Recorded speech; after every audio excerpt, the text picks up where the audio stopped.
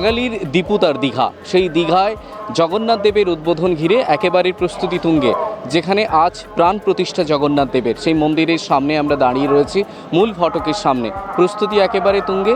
কিছুক্ষণের মধ্যেই মুখ্যমন্ত্রী মমতা বন্দ্যোপাধ্যায় এখানে এসে প্রবেশ করবেন। সেখানে জগন্নাথ, বলরাম, সুভদ্রা তার প্রাণ প্রতিষ্ঠার প্রক্রিয়া ইতিমধ্যেই শুরু হয়ে গেছে। পুরীর দৈতাপতি তিনি ইতিমধ্যেই উপস্থিত হয়েছেন। তার সাথে সাথে ভিতরে যে যজ্ঞের যে মূল প্রক্রিয়া সেটা কিন্তু শুরু হয়েছে। আমি আমার ক্যামেরা পার্সনকে বলবো মন্দির চত্বরটা একটু দেখানোর জন্য।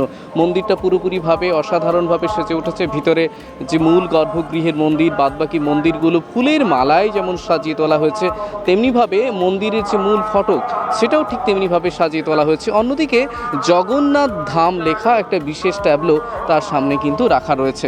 স্বাভাবিকভাবে এই জগন্নাথ দেবের মন্দির ঘিরে দীঘা, নিউ দীঘা থেকে ওল্ড দীঘা পুরোপুরিভাবে প্রস্তুতি একেবারে তুঙ্গে। জগন্নাথ দেবের যে উদ্বোধন ঘিরে যে উৎসাহ উদ্দীপনা, পর্যটক যেমন প্রচুর এসছেন, অন্যদিকে চন্দননগরের আলোকমালায় সাজিয়ে তোলা হয়েছে গোটা দীঘা সৈকত নগরীকে। তার আগে একেবারে বলা যায় প্রস্তুতি তুঙ্গে এই দীঘা সৈকত শহর জুড়ে। স্বাভাবিকভাবে আজ দীঘা জগন্নাথ দেবের মন্দিরের প্রাণ প্রতিষ্ঠা হবে।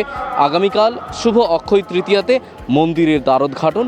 মুখ্যমন্ত্রী মমতা বন্দ্যোপাধ্যায় তিনি মন্দিরের দ্বারোদ্ঘাটন করবেন। স্বাভাবিকভাবে মন্দির চত্বর এলাকায় কিন্তু আঁটোসাঁটো নিরাপত্তা, নিশ্চিদ্র নিরাপত্তার মধ্য দিয়ে কিন্তু এই মন্দির বেষ্টনীর মধ্যেই, নিরাপত্তা বেষ্টনীর মধ্যে এই জগন্নাথ দেবের মন্দিরের উদ্বোধন হতে চলেছে।